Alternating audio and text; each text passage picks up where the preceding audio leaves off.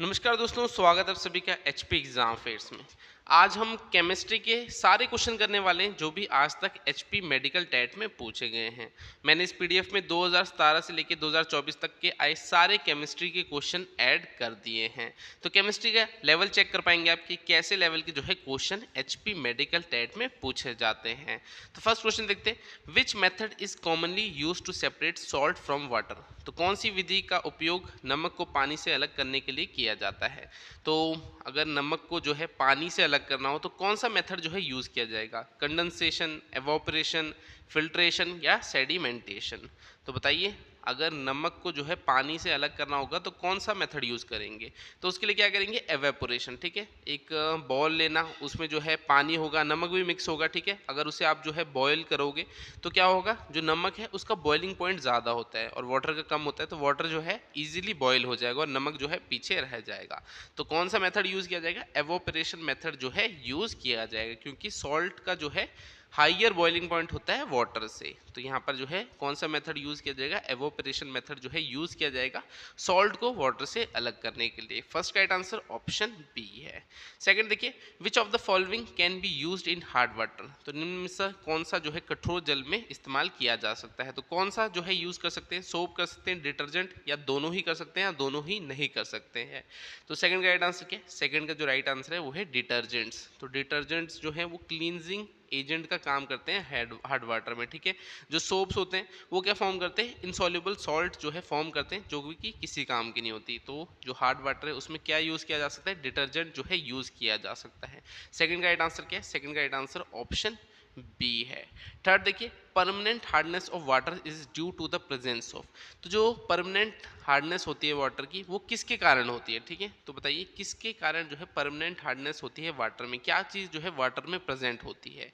Chlorides and sulphates of calcium and magnesium, chlorides and sulphates of sodium and potassium, bicarbonates of sodium and potassium, bicarbonates of calcium and magnesium. तो बताइए क्या चीज़ होती है water में जिससे जो है परमानेंट हार्डनेस जो है होती है वाटर की।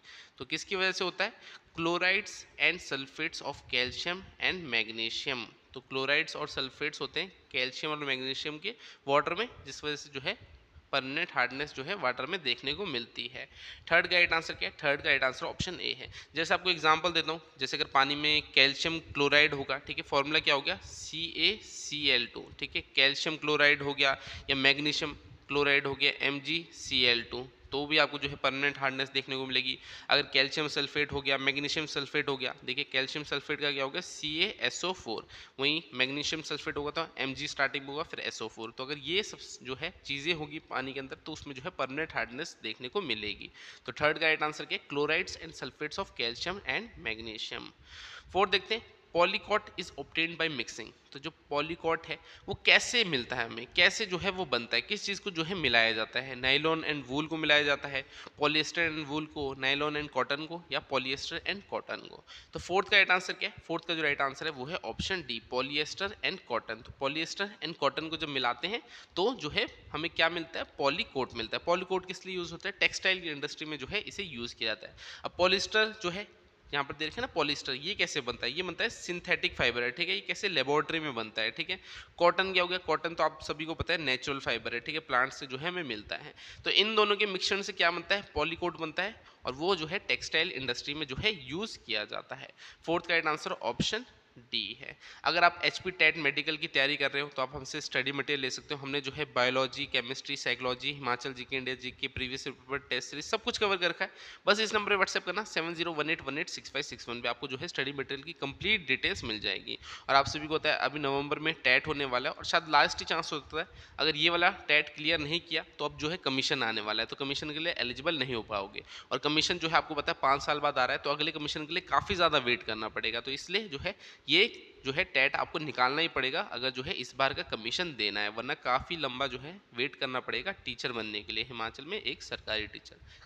फिफ्थ है which of the following is not a common property of plastic. तो इनमें से कौन सी जो है कॉमन प्रॉपर्टी नहीं है, ठीक है, सामान्य गुण नहीं है प्लास्टिक का। तो प्लास्टिक जो है नॉन रिएक्टिव होता है, हाँ जी नॉन रिएक्टिव तो होता है। लाइट इन वेट, हाँ प्लास्टिक जो है लाइट इन वेट भी होता है, वजन में हल्का होता है। ड्यूरेबल भी होता है, टिकाऊ भी होता है, जो केमिकल है उनके साथ जो है ज़्यादा रिएक्ट नहीं करता, ईजिली जो है उसमें क्रोजन भी नहीं होता, तो ड्यूरेबल भी है। मगर गुड कंडक्टर ऑफ इलेक्ट्रिसिटी नहीं है, ठीक है, हीट और इलेक्ट्रिसिटी का जो है गुड कंडक्टर नहीं होता, ठीक है, ये जो है कॉमन प्रॉपर्टी नहीं है प्लास्टिक की, ठीक है। प्लास्टिक जो है गुड कंडक्टर नहीं होता इलेक्ट्रिसिटी का। बाकी तीनों यहाँ पर जो है कॉमन प्रॉपर्टी है प्लास्टिक की। जो फोर्थ दे रखी है गुड कंडक्टर जो है प्लास्टिक नहीं होता इलेक्ट्रिसिटी का। तो फिफ्थ का राइट आंसर ऑप्शन डी है। कौन सी कॉमन प्रॉपर्टी नहीं है, तो good conductor of electricity. Six देखिए एग्जॉस्टेबल नेचुरल रिसोर्सेज आर, तो खत्म होने वाले प्राकृतिक संसाधन क्या है, ठीक है, क्या है वो, लिमिटेड इन क्वांटिटी है, ठीक है, लिमिटेड क्वांटिटी में है यानी खत्म हो जाएंगे। जैसे कोल हो गया, मिनरल्स हो गए, नेचुरल गैस होगी, पेट्रोलियम होगा, तो ये जो है लिमिटेड क्वांटिटी में, ठीक है, एक टाइम आएगा ये खत्म हो जाएंगे, तभी जो है ऑल्टरनेटिव्स ढूंढे जा रहे हैं, ठीक है। अब जो है कैसे जो है गाड़ियाँ चलेगी, गाड़ियाँ जो है आपकी सोलार पावर से चलेगी, ठीक है, जो सोलार पावर है वो आपकी जो है खत्म होने वाली चीज़ नहीं है, ठीक है, सूरज जब तक है तो आपकी जो है सोलार पावर जनरेट होती रहेगी। तो ऑल्टरनेटिव ढूंढे जा रहे हैं क्योंकि जो नेचुरल रिसोर्सेज होते हैं वो लिमिटेड होते हैं क्वांटिटी में, वो एक टाइम आएगा आज से 100 साल 2 साल 3 साल बाद वो जो है खत्म हो जाएंगे, ठीक है। सिक्स का राइट आंसर ऑप्शन सी है।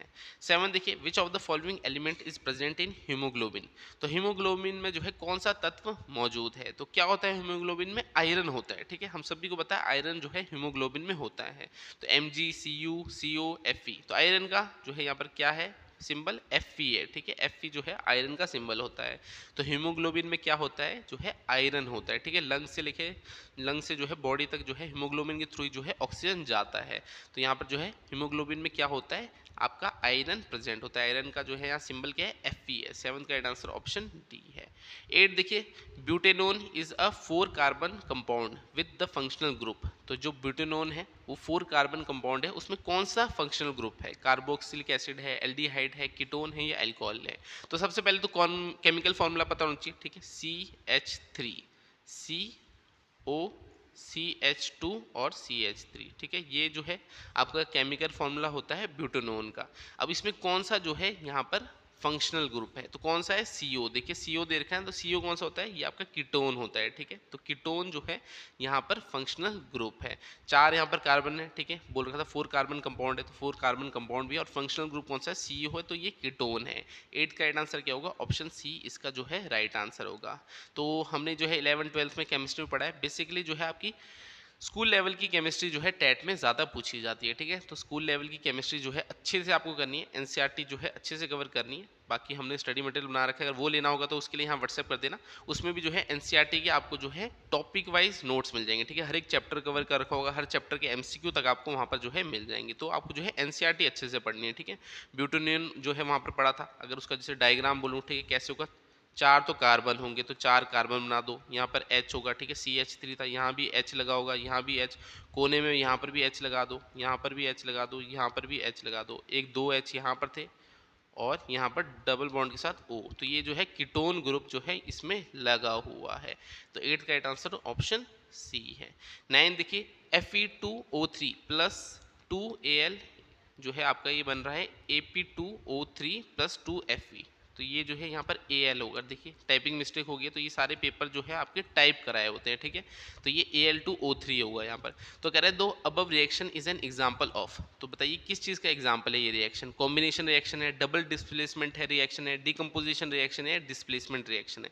तो इसमें क्या हो रहा है, इसमें डिस्प्लेसमेंट हो रहा है। देखिए आप देख रहे हैं ना यहाँ पर Fe2O3 है, बाद में क्या हो गया Al2O3, तो यहाँ पर जो है आयरन की जगह किसने ले ली, एल्यूमिनियम ने ले ली, ठीक है, एल्यूमिनियम जो है मोर रिएक्टिव है आयरन से, तो एल्यूमिनियम ने जो है किसकी जगह ले ली, आयरन की जगह ले ली, ठीक है। तो यहाँ पर देखिए क्या दे रखा है, आयरन ऑक्साइड दे रखा है ना, ये Fe2O3 क्या है, आयरन ऑक्साइड, तो ये क्या बन रहा है, एल्यूमिनियम ऑक्साइड जो है आगे जाके बन जा रहा है, तो आयरन की जगह जो है एल्यूमिनियम ले रहा है, तो ये क्या है, डिस्प्लेसमेंट रिएक्शन है। एक अगर बोलना चाहो तो इसे रिडॉक्स रिएक्शन भी बोल सकते हो, ठीक है, क्योंकि यहाँ क्या हो रहा है, ऑक्सीडेशन हो रहा है एल्यूमिनियम का और रिडक्शन हो रहा है आयरन का, तो ये जो है एग्जाम्पल भी है रिडॉक्स रिएक्शन का। तो यहाँ पर जो है ऑप्शन हमें दिया था डिस्प्लेसमेंट, तो डिस्प्लेसमेंट हो रही है आयरन की एल्यूमिनियम के साथ, तो 9th का राइट आंसर ऑप्शन डी है। 10 देखिए ethanol reacts with sodium and forms 2 product, these are. तो यहाँ पर कह रहा है इथेनॉल जो है किसके साथ संपर्क कर रहा है, सोडियम के साथ, और दो प्रोडक्ट बना रहा है, वही प्रोडक्ट जो है हमसे पूछे जा रहे हैं। तो सबसे पहले तो इथेनॉल, ठीक है, इथेनॉल का फॉर्मूला पता होना चाहिए, क्या होता है C2H5OH, ठीक है। तो ये जो है केमिकल फॉर्मूला हो गया इथेनॉल का। ये किसके साथ मिलेगा, सोडियम के साथ, Na, ठीक है, सोडियम के साथ जो है ये मिल रहा है। तो सोडियम के साथ मिल रहा है तो ये क्या बनाएगा, क्या बनाएगा, ये बनाएगा सोडियम इथोक्साइड प्लस हाइड्रोजन, ठीक है। सोडियम इथोक्साइड क्या हो गया, C2H5O Na, ये हो गया आपका सोडियम इथोक्साइड और हाइड्रोजन H2, ठीक है। अब इसको बैलेंस भी करना पड़ेगा। बैलेंस करने के लिए क्या करोगे, 2 यहाँ लिख देना, 2 यहाँ पर लिख दो और 2 यहाँ पर, ठीक है। तो ये पूरा जो है आपका बैलेंस भी हो जाएगा। तो क्या बनाएगा, सोडियम इथोक्साइड एंड हाइड्रोजन जो है यहाँ पर ये बना रहा है। तो अगर इथेनॉल रिएक्ट करता है किसके साथ, सोडियम के साथ, देखिए इथेनॉल लिखा, फिर सोडियम लिखा, रिएक्ट कराया, फिर जो हमें पूछा है या प्रोडक्ट पूछा था, तो सोडियम इथोक्साइड एंड हाइड्रोजन जो है यहाँ प्रोडक्ट होगा। 11th है number of valence electron in chlorine ion. तो क्लोरीन का सबसे पहले एटॉमिक नंबर क्या होता है, क्लोरीन का एटॉमिक नंबर जो है 17 होता है। तो क्लोरीन में जो है 7 आपके वैलेंस इलेक्ट्रॉन होते हैं। तो देखिए यहाँ Cl ऊपर नेगेटिव लगा हुआ है ना, तो कितने हो जाएंगे, 7 + 1 करोगे 8 हो जाएंगे, ठीक है। तो सिंपल Cl लिखा होता तो 7 वैलेंस इलेक्ट्रॉन होते हैं क्लोरीन में। बाकी यहाँ पर जो है आपका नेगेटिव लग रखा है ऊपर, तो यहाँ पर जितने 8 जो है वैलेंस इलेक्ट्रॉन हो जाएंगे। 11th का राइट आंसर ऑप्शन बी है यहाँ पर। चलिए 12 देखते हैं। Rutherford alpha particle scattering experiment resulted in the discovery of. तो हमने पढ़ा है केमिस्ट्री में, ठीक है, एनसीईआरटी केमिस्ट्री में, जो रदरफोर्ड का अल्फा पार्टिकल स्कैटरिंग एक्सपेरिमेंट था, उसमें क्या रिजल्ट मिला कि जो एटम होता है, ठीक है, उसका न्यूक्लियस होता है, ठीक है। तो एटॉमिक न्यूक्लियस जो है प्रेजेंट होता है, ठीक है, एटम में। तो Rutherford alpha particle scattering experiment जो था, उससे क्या रिजल्ट आया था, जो एटम होता है उसमें न्यूक्लियस होता है, तो एटॉमिक न्यूक्लियस जो है प्रेजेंट होता है एटम्स में, ठीक है। 12th का राइट आंसर ऑप्शन ए है। चलिए नेक्स्ट देखते हैं। 13 क्या है, फॉस्फरस इज केप्ट इन। तो फॉस्फरस को जो है कहाँ पर रखा जाता है, तो फॉस्फरस को जो है पानी के अंदर रखते हैं, ठीक है, कोल्ड वाटर के जो है अंदर रखते हैं, क्योंकि बहुत ज़्यादा रिएक्टिव होता है फॉस्फरस, ठीक है। अगर एयर के जो है एक्सपोजर में आएगा तो जो है आग भी पकड़ सकता है, ठीक है। तो फॉस्फरस को कहाँ रखते हैं, कोल्ड वाटर के जो है अंदर सील टाइट रखते हैं, ठीक है। तो 13 का राइट आंसर क्या है, 13 का राइट आंसर ऑप्शन ए है। 14 देखिए, the most durable metal plating on iron to protect against corrosion is. तो क्रोजन से बताने के लिए, ठीक है, क्रोजन से अगर बचाना हो मेटल को, तो कौन सी जो है उसके ऊपर प्लेटिंग की जाती है, कौन से मेटल की जो है प्लेटिंग करते हैं, तो जिंक की जो है प्लेटिंग करते हैं, ठीक है। पढ़ा होगा आपने, गैल्वेनाइजेशन भी बोलते हैं, ठीक है, गैल्वेनाइजेशन भी जो है उसे बोलते हैं।